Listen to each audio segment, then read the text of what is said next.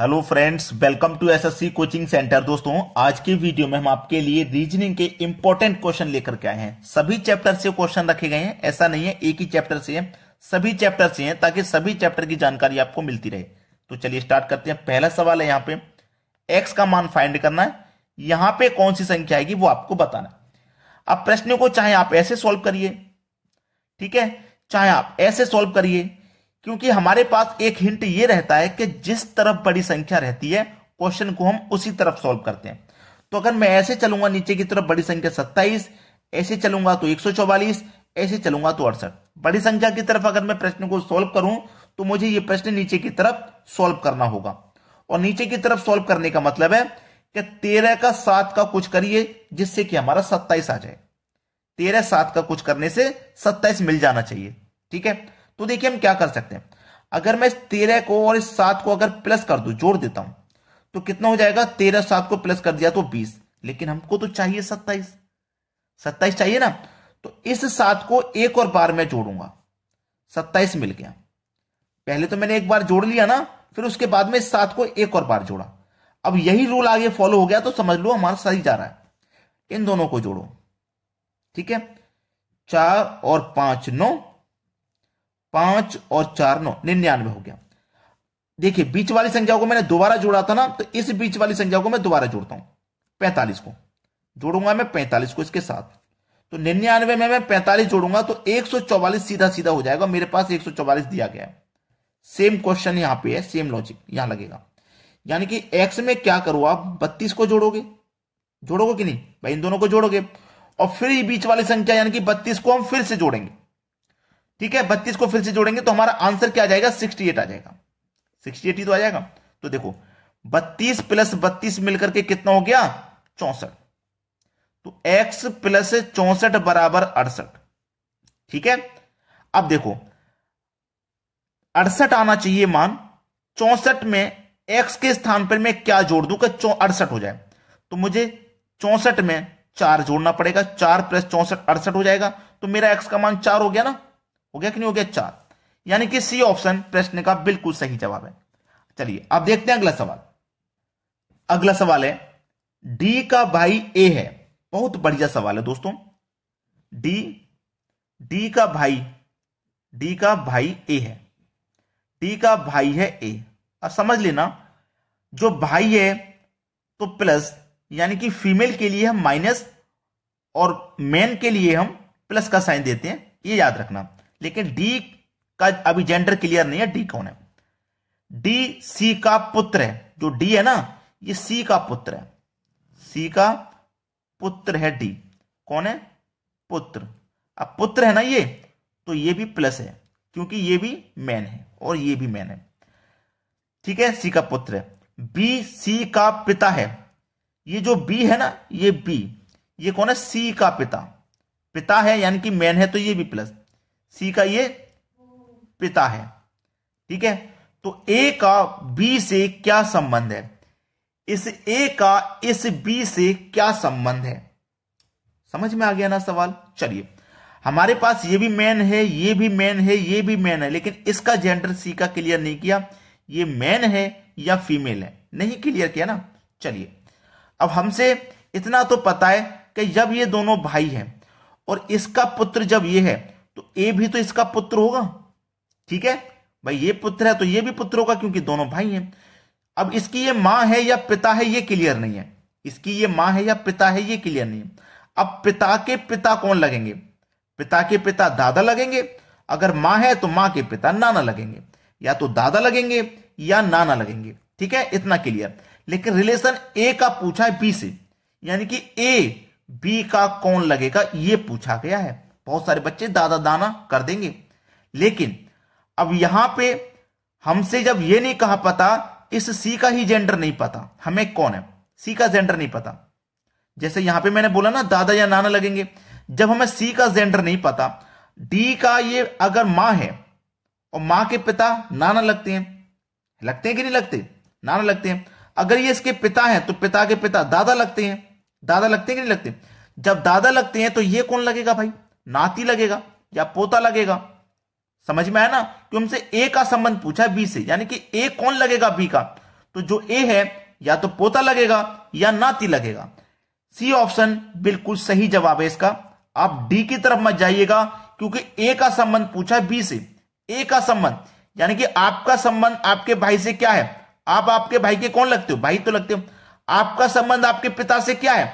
आप अपने पिता के कौन लगते हो? बेटे लगते हो ना। इसीलिए ए का संबंध बी से पूछा, यानी कि ए बी का कौन लगता है? या तो पोता लगेगा या नाती लगेगा। इस जेंडर को क्लियर ना होने की वजह से केवल, ठीक है दोस्तों, या तो पोता या नाती। सी ऑप्शन बिल्कुल सही जवाब है। ब्लड रिलेशन का बहुत इंपॉर्टेंट क्वेश्चन है ये। चलिए अब देखते हैं अगला सवाल। अगला सवाल है, अंग्रेजी वर्णमाला के 12वें अक्षर के दाईं ओर 8वां अक्षर कौन सा होगा? अगर हम अंग्रेजी वर्णमाला के अनुसार चलें तो 12वां अक्षर बोला उसने, 12वां, और 12वां अक्षर कौन सा होता है हमारा? एल। ए से लेके जेड तक 26 अल्फाबेट होते हैं। उन 26 में कौन सा अल्फाबेट कितने नंबर पे आता है ये आपको मालूम होना चाहिए। अगर नहीं है मालूम तो याद कर लें, लिख लें पहले, फिर उसके बाद याद कर लें।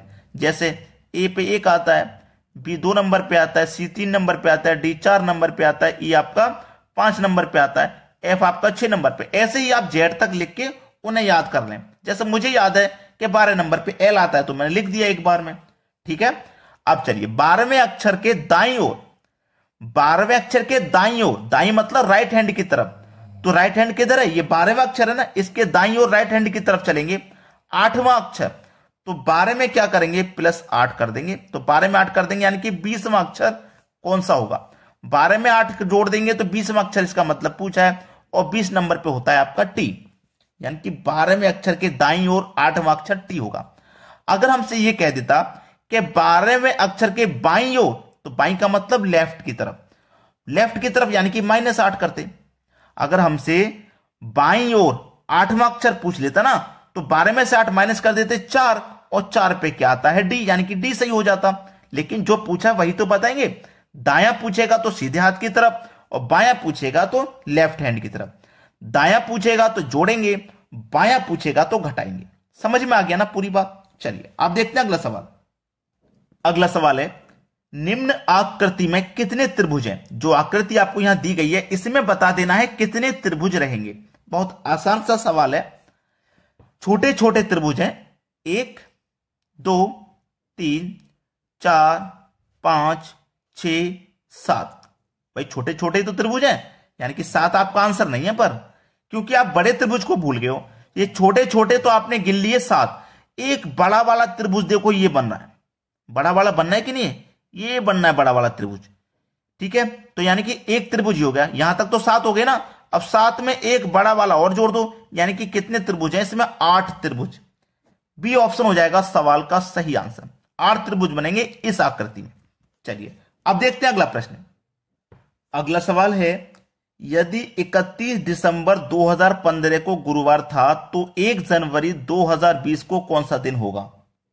चलिए 31 दिसंबर 2015 को गुरुवार का दिन था, ठीक है, गुरुवार का दिन था। अब देखो 31 दिसंबर 2016 पे आएंगे, क्योंकि हमें 20 तक पूछा है ना, 20 में 1 जनवरी का।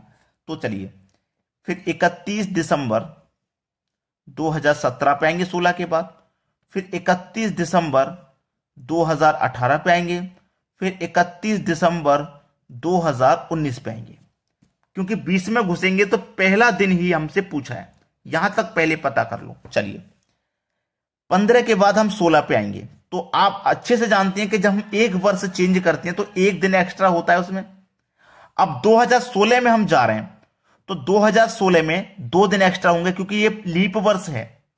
2016 लीप वर्ष है, इसमें फरवरी का महीना 29 का रहने वाला है, तो इसमें आपको 2 जोड़ना है।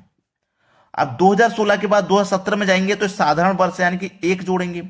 यहां पे भी आप क्या करोगे? 1 जोड़ोगे। यहां पे भी आप क्या करोगे? 1 जोड़ोगे, ठीक है। चलो गुरुवार में आपने 2 जोड़ा तो यहां कौन सा दिन हो गया? शनिवार, ठीक है, शनिवार। और शनिवार में आपने 1 जोड़ा तो रविवार का दिन हो गया यहां, रविवार। और रविवार में 1 जोड़ा तो यहां सोमवार का दिन हो गया, सोमवार। और सोमवार में जब आपने 1 जोड़ा तो यहां पे मंगलवार का दिन हो गया। मंगलवार हो गया कि नहीं हो गया? अब ये 31 दिसंबर 2019 को मंगलवार है। अब 31 दिसंबर के बाद में कौन सी तारीख आने वाली है? 1 जनवरी आने वाली है। 1 जनवरी 2020 आने वाली है इसके तुरंत बाद में। और 1 जनवरी 2020 का ही तो पूछ रहा है, तो मंगलवार के बाद में अगला दिन 1 जनवरी का कौन सा हो जाएगा भैया? बुधवार हो जाएगा। यानी कि आपके सवाल का जो सही जवाब है वो बुधवार है, यानी कि पहला ऑप्शन। क्लियर हो गया सभी को? चलिए अब देखते हैं अगला सवाल। अगला सवाल है, आपको यहां पे 3 त्रिभुज नजर आ रहे हैं। तीनों त्रिभुजों के आसपास संख्या है, बीच में भी है। तीसरे त्रिभुज में ये बीच वाली संख्या यानी कि इस एक्स का मान आपको बता देना है, क्या आएगा। यानी कि बीच वाली संख्या यहां पे हम फाइंड कर रहे हैं, तो हो सकता है यहां पे भी बीच वाली संख्या फाइंड करें, यहां पे भी बीच वाली। ये बीच वाली कैसे आई, ये बीच वाली कैसे आई, उसी तरीके से ये बीच वाली मिलेगी। तो बीच वाली संख्या को फाइंड करने के लिए यानी कि बाहर वाली संख्याओं का कुछ ना कुछ तो हमें करना है। अगर मैं सभी का स्क्वायर करूं तो बहुत ज्यादा हो जाएगा। आपस में मल्टीप्लाई करूं, 6 दूनी का 12, 12 चौक 48, ऐसे भी नहीं बनेगा। 4 दूनी का 8, 8 में 6 जोड़ दूंगा तब भी नहीं बनेगा। फिर क्या करें? इन दोनों का मल्टीप्लाई से नहीं हुआ, इनके भी से भी नहीं हो रहा, क्या पता इनके से हो जाए। ऊपर वाली संख्याओं का मैं अगर मल्टीप्लाई कर लूं, 4 6 24, और नीचे वाली संख्या को जोड़ देता हूं तो ये 26 बन गया। यहां लॉजिक सही लग गया। सेम लॉजिक लगाइए, 3 7 21, नीचे वाली संख्या को जोड़ दो, 21 में 5 जोड़ दूंगा 26, 26 मिल गया। यानी कि सेम लॉजिक दोनों जगह। यहां पे भी वही लॉजिक लगेगा, यानी कि 5 8 40, और नीचे वाली संख्या को जोड़ दो, कितना हो जाएगा भैया? 44 है ऑप्शन में, सी ऑप्शन में है। यानी कि एक्स के स्थान पे यहां 44 आएगा। सी ऑप्शन हमारा सही जवाब हो जाएगा। अब देखेंगे अगला प्रश्न। अगला सवाल है, एफ ए का भाई है। बहुत बढ़िया सवाल। एफ ए का भाई है, इस ए का भाई है। चलो भाई है ना, प्लस ले लो, पॉजिटिव लेंगे क्योंकि मैन है तो पॉजिटिव, फीमेल है तो नेगेटिव। सी ए की पुत्री है। सी ए की कौन है? पुत्री। सी ए की पुत्री है, पुत्री है ना, यानी कि माइनस लेंगे। चलिए के एफ की बहन है। के एफ की बहन है, इस एफ की कौन है? बहन। कौन है एफ की बहन? के। चलिए बहन है ना तो नेगेटिव ले लिया इसको। जी सी का भाई है। ये जो जी है ना, ये सी का भाई है। इस सी का भाई है। कौन? जी। भाई है ना, प्लस ले लिया यानी कि पॉजिटिव। तो जी का चाचा कौन है? जी का चाचा कौन है? इस जी का चाचा कौन है? देखो चाचा पूछा है। अब ए का जेंडर क्लियर नहीं है, मेल है या फीमेल, जेंडर क्लियर नहीं है। चाचा कौन लगता है? जो पिता का भाई होता है वही तो चाचा लगता है। देखो इसका ये भाई है तो इसकी ये बहन है, इसकी ये पुत्री है। जब इसकी मां ये है तो इसकी भी तो मां हो जाएगी ये, लेकिन जेंडर नहीं है ना क्लियर। हम ये नहीं कह सकते मां है, ठीक है, पिता भी हो सकता है। जब ए की पुत्री है ये, तो जरूरी नहीं है फीमेल है या मेल है, इसका जेंडर क्लियर ही नहीं किया है, क्लियर नहीं किया ना। अब देखो जब इसकी पुत्री ये है तो इसका ये पुत्र हो जाएगा क्योंकि आपस में ये भाई बहन है। इसकी मां या पिता ये है तो इसकी मां या पिता ये हो जाएगा ना। और पिता का जो भाई होता है वही तो चाचा लगता है। चाचा कौन है यही तो पूछा है, तो पिता का भाई ही तो चाचा लगता है। और इसका ये भाई है तो इसका मतलब इनका ये कौन है? पिता है। इनका ये पिता है और पिता का भाई कौन है? एफ। भाई ये तो बहन है, ये भाई है, तो भाई ही तो चाचा लगता है।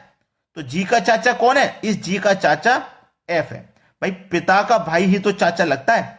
अगर पूछ लेता कि जी की बुआ कौन है तो के बुआ हो जाती, क्योंकि इनका पिता ये और इसकी बहन ये, तो ये बुआ, क्योंकि ये तीनों आपस में भाई बहन है और ये दोनों आपस में भाई बहन है। समझ में आ गया ना पूरा कॉन्सेप्ट? तो एफ लगेगा। जी का चाचा कौन है? एफ, जो कि हमारे डी ऑप्शन में। तो दोस्तों शेयर करने से बिल्कुल भी पीछे ना हटें। ऐसी वीडियोस की बहुत सारे बच्चों को जरूरत है, तो उनके लिए शेयर और हमारे लिए लाइक जरूर करें। ठीक है दोस्तों, वीडियो देखने के लिए बहुत बहुत धन्यवाद।